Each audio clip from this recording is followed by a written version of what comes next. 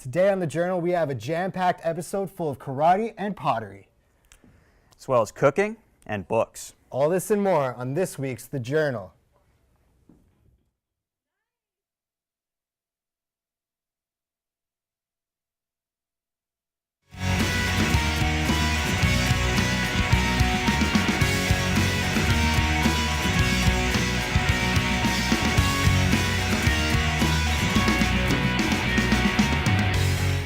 Welcome back to this week's episode of The Journal, the show that showcases documentaries made by broadcasting and film students here at Centennial College. I'm Steve. And I'm Eric. And let's get to our first doc. This one's about karate. What do you know about karate, Eric? Well, I don't know much, but I've always wondered what those fancy moves they do. That's called kata, Eric. And there's a documentary right about that by Abdo. Check it out.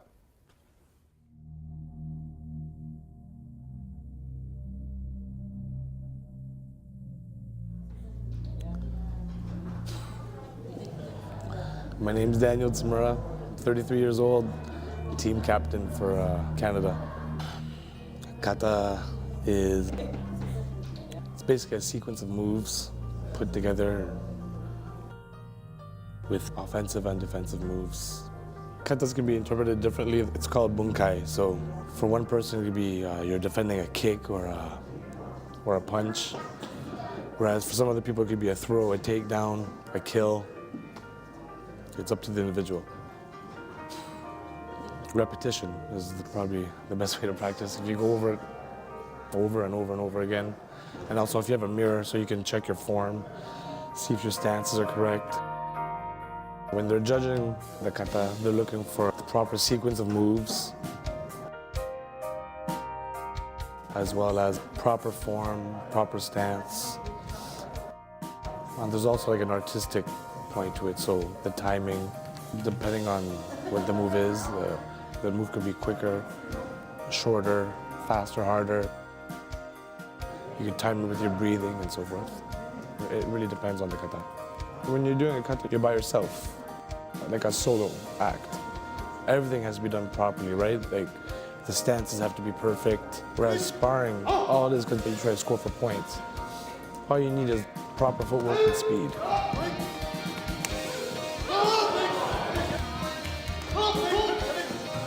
It's become more of a sport than a martial art. You have to go with the times, right? Nowadays, power and strength really doesn't have that much to do with it. If you're fast and you have good footwork, meaning you can use your angles, get in and out, you're pretty much golden, pretty much good.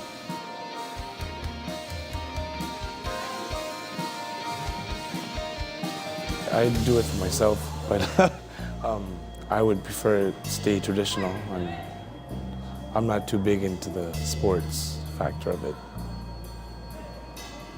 It takes away from the traditional ways of doing things. I don't like that.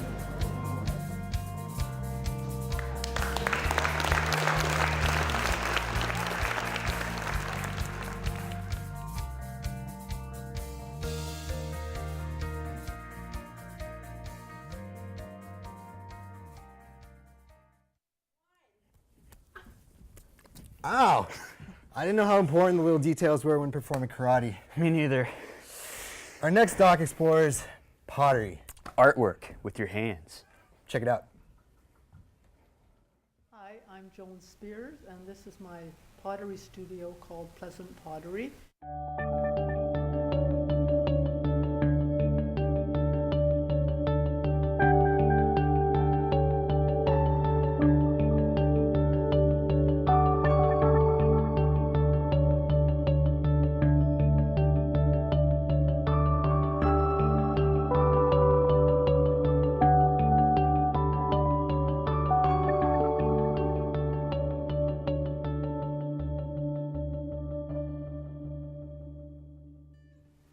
This is the working end of the studio where we make pots. This section here is where we do hand building. And over here are the wheels. The wheels are pretty much what everybody wants to learn. After they've made their pots, we fire them and glaze them. This area is where we make the glaze. The students don't do this. I make the glazes myself. And in here, we do the glazing. So all these big bins around have different glazes. I have 18 different glazes, and people dip their pots in them. And these are some pots ready to go in a kiln. And then when they're ready for the kiln, we bring them down to the kiln room. This is a 10 cubic foot kiln. It's hot right now. I just finished firing today. There's maybe 100 to 200 pots in. And then these are some pots that are going to be ready for the next firing. So there's a combination of one's done on the wheel and one's done by hand.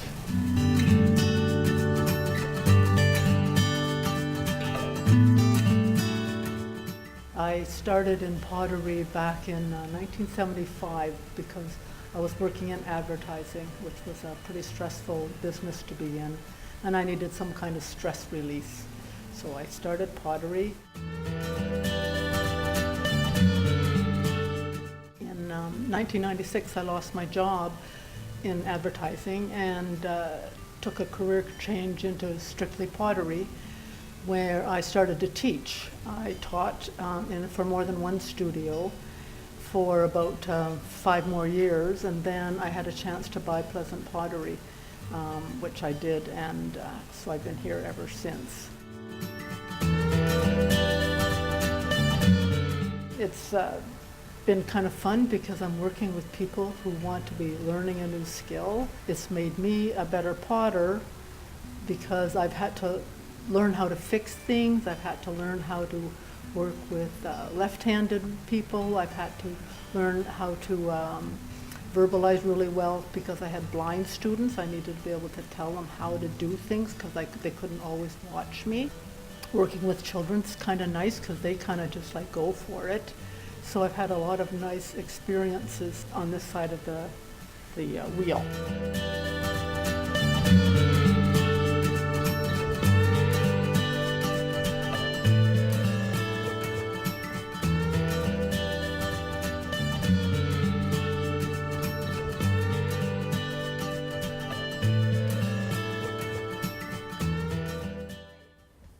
That was very interesting. Indeed.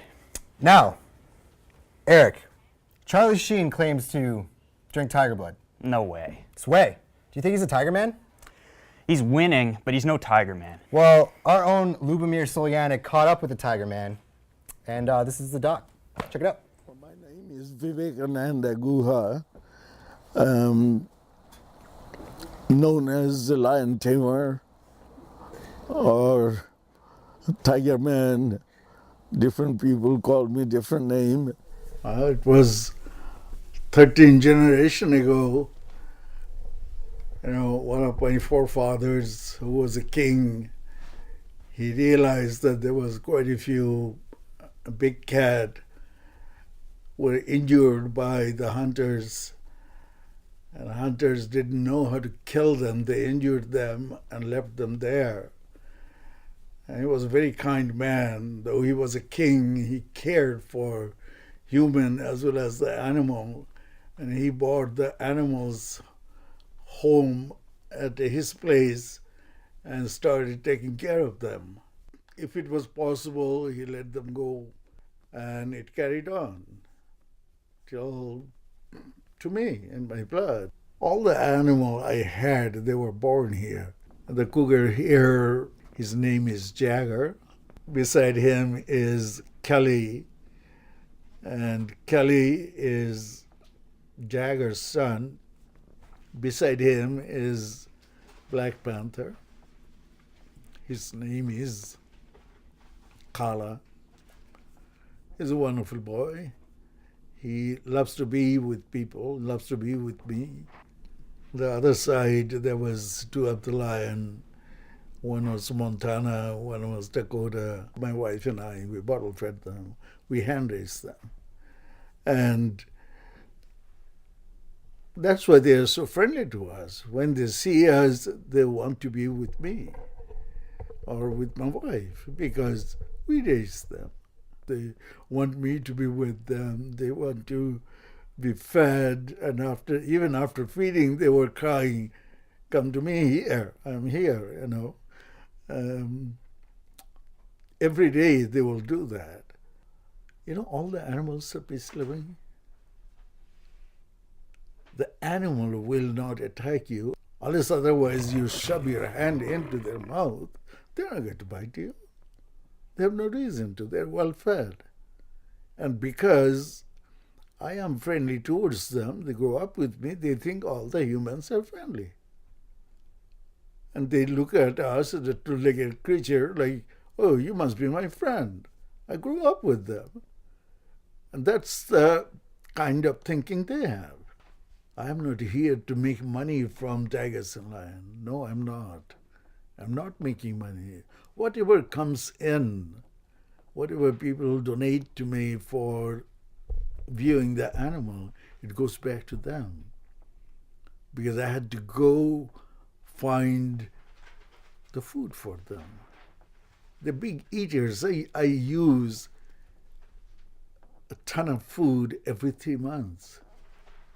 And it's not possible to give them raw meat all the time.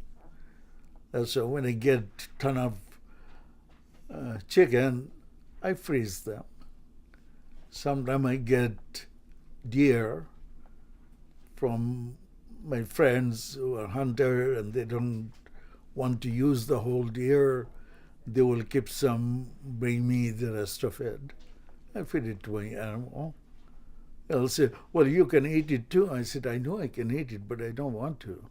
I want to give it to my friend because I know he will appreciate more than I do."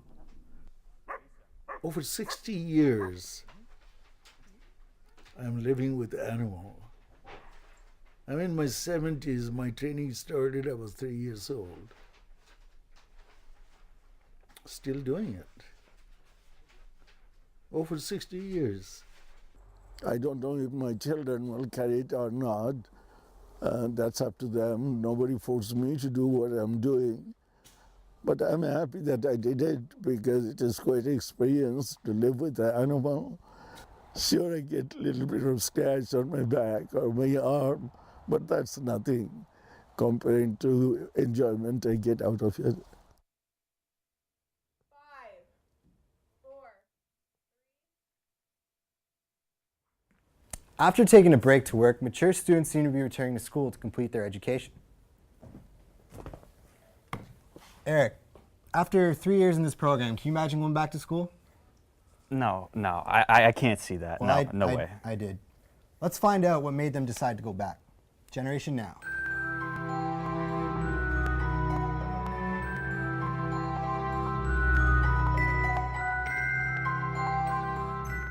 Hi, I'm Caitlin Vaughn. I'm 20. I'm a graduate from East York Collegiate. I live in Toronto, East York, and I am currently going to be going to George Brown as a mature student, leaving the work field to go back to college. Rodriguez. I grew up in Windsor and moved to Toronto when I was about 17.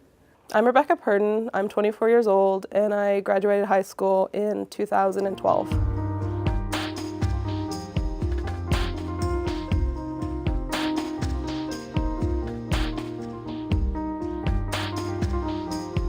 Didn't really do well in high school. Grade 9, 10 was okay, but 11 and 12 kind of slipped up there. What happened? Explain. Started skipping school, didn't really like my classes.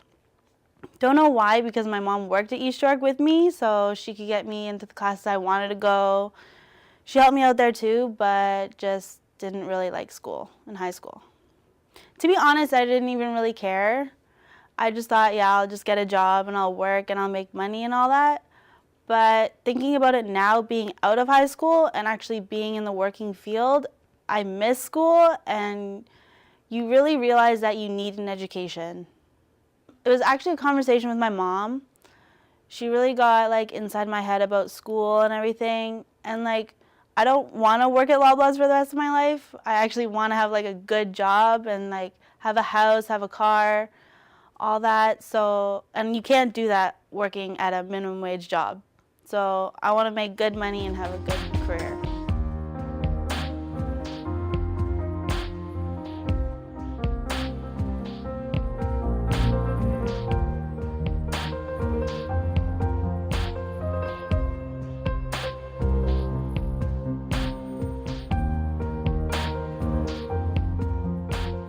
I've been to quite a few schools, so like the only problem was like the settling in, meeting new people, and having to move away from that.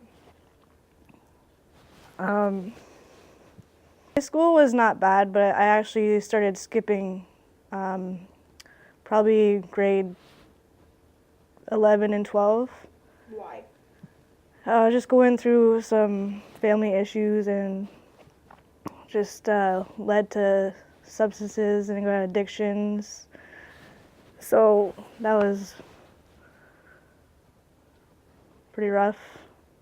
I think everyone back then went to school and stuck it out. Like now it seems like a lot of teenagers are dropping out from high school and just working, I guess.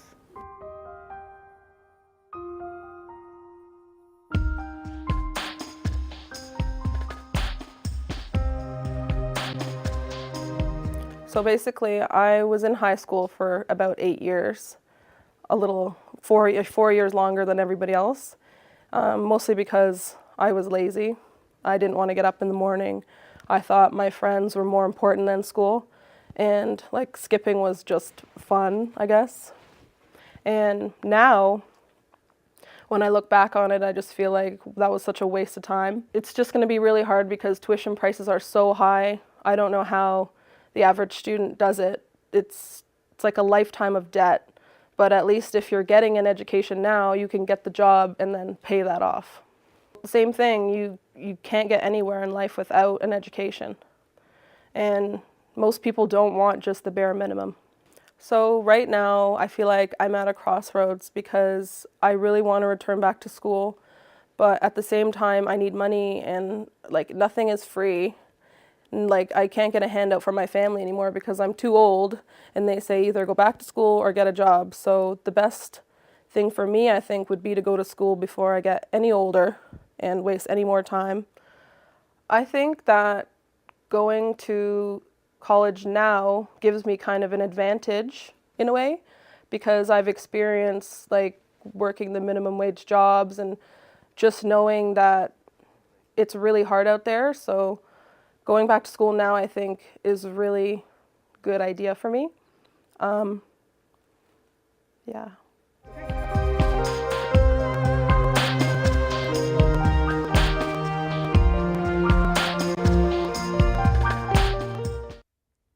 Eric, can I ask you a question? Yeah, sure. Have you ever been wrongfully accused? Yeah, man, I have. Well, imagine being wrongfully charged and placed in youth detention for 2 years, only to be found innocent after the sentence was over. Our next documentary focuses on adolescent corrections.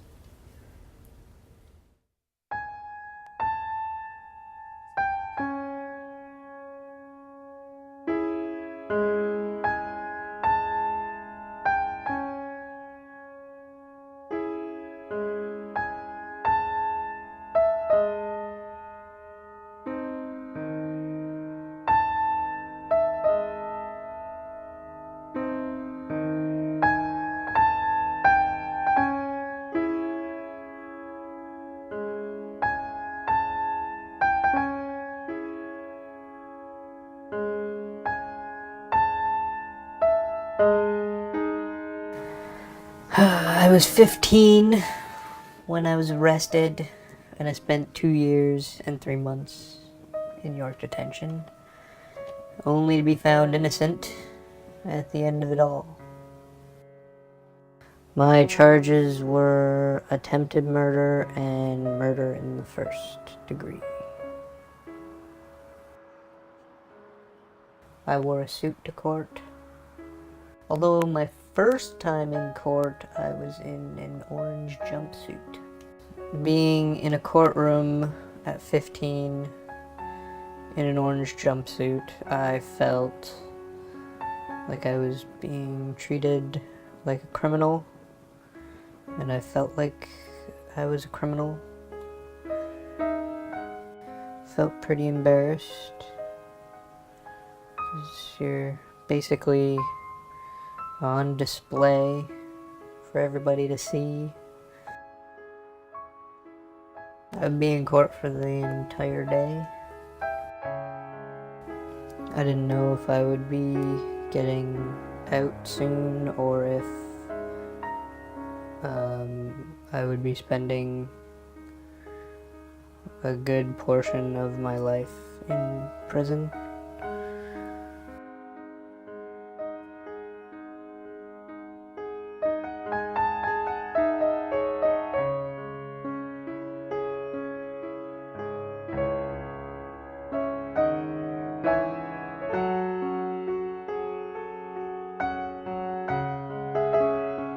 There was a mistrial a year into the whole ordeal.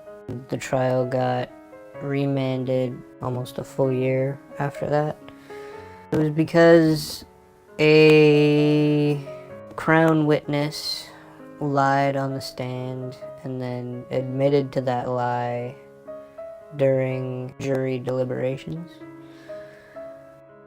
I applied for bail after the mistrial. I thought that I could just be under house arrest and go to the next trial. I was denied bail because the judge said I was too good of a kid to be put back on the street. What helped me through those times was being able to talk to my family over the phone. I received mail from friends and family. I can kind of understand why they kind of disassociate from me. I kind of did that with my co-accused. I haven't spoken to any of them since. I have wanted to go see Kevin, just to know if he's doing alright and if he's getting any help that he needs. When they announced the not guilty verdict, I felt like a great weight had been lifted off of me. It was very surreal. I would say the taste of freedom was the snowflakes that hit my face when I left the courthouse, and the cool, crisp air going into my lungs. I think that was the taste of freedom.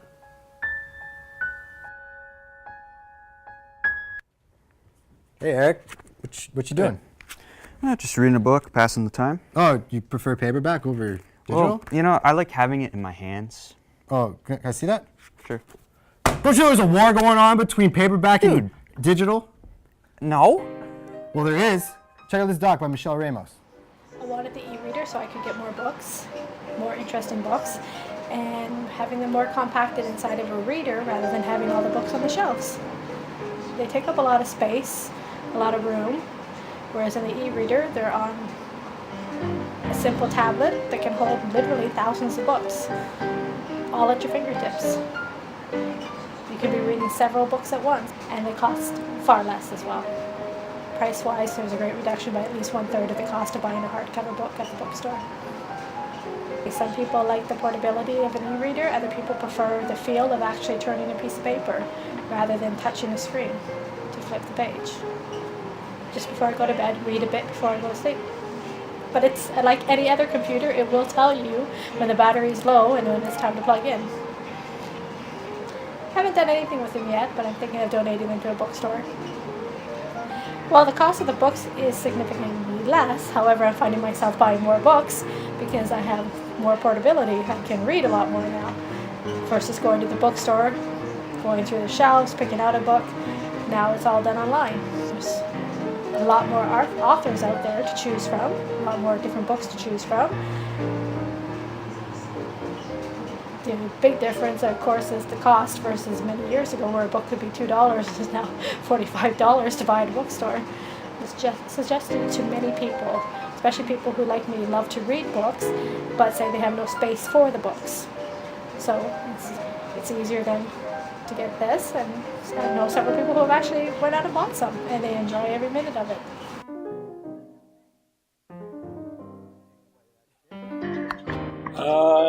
I think it affected a certain type of book. I think it affected books like fiction books, mass market fiction books, new bestsellers, but I don't think it has affected things like art books, coffee table books, children's books, books that people use for reference. So I think it only has affected a certain type of book more than anything.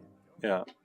No, I think we're still selling a lot of paperbacks, so I think they're still selling well. I mean, I think people buy fewer new release hardcover fiction, but since we don't really sell them, it doesn't really affect us. So yeah, I think the paperbacks still do well, and I think there's still a big part of the population that's just not that's never going to adopt e-readers, that just don't like them. So. Or they come back to regular books after they've tried e-readers. I mean, we have a lot of customers that bought e-readers, tried them, and then come back to old-fashioned books. Can't beat a nice book.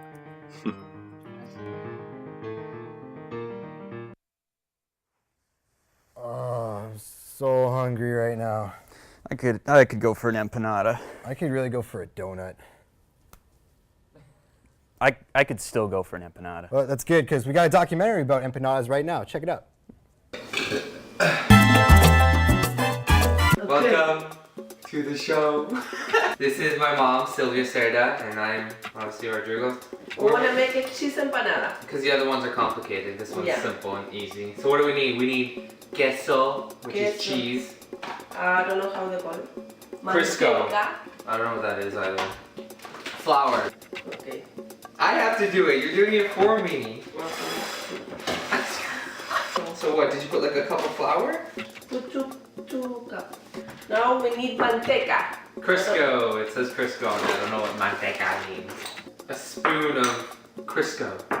Don't put your finger. It was stuck on the spoon. What did you want me to do? I'm already failing. We gotta melt it in the microwave. For how long? We need water. Hervía pero tibia. Warm water. 30 minutes? Yeah. What?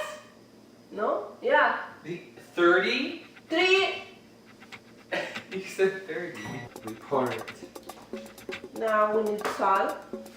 I don't know how much. Oh shit, I put a lot. Yeah. That's good? Yeah. Mine's gonna taste like crap. She's setting me up for failure. We need more water. Yeah, I want like the spoon.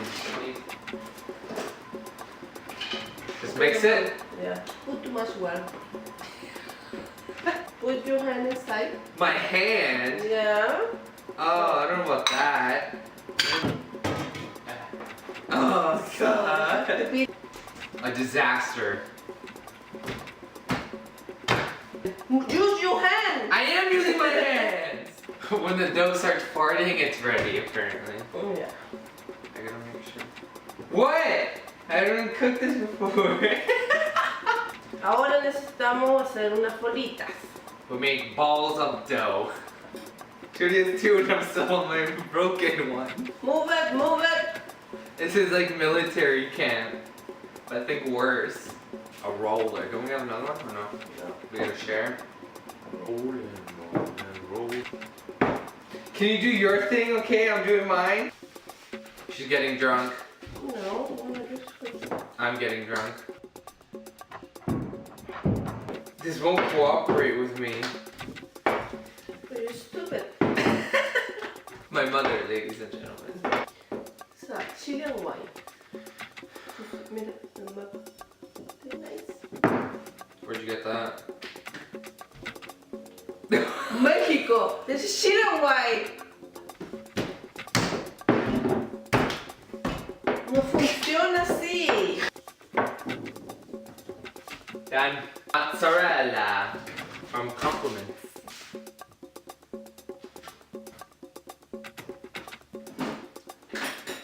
Don't stop it! Good cheese.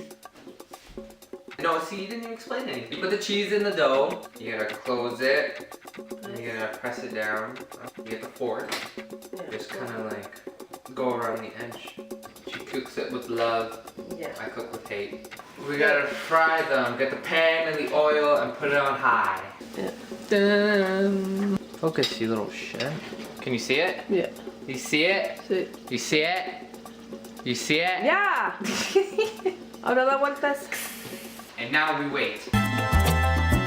The fridge product. Look at that. It's massive.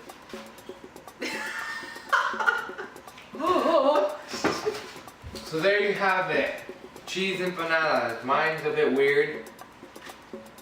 Hers is perfect. And we got more, and you guys can't have any.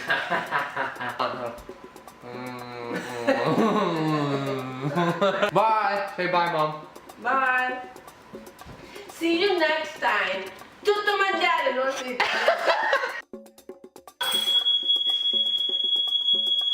Rodrigo.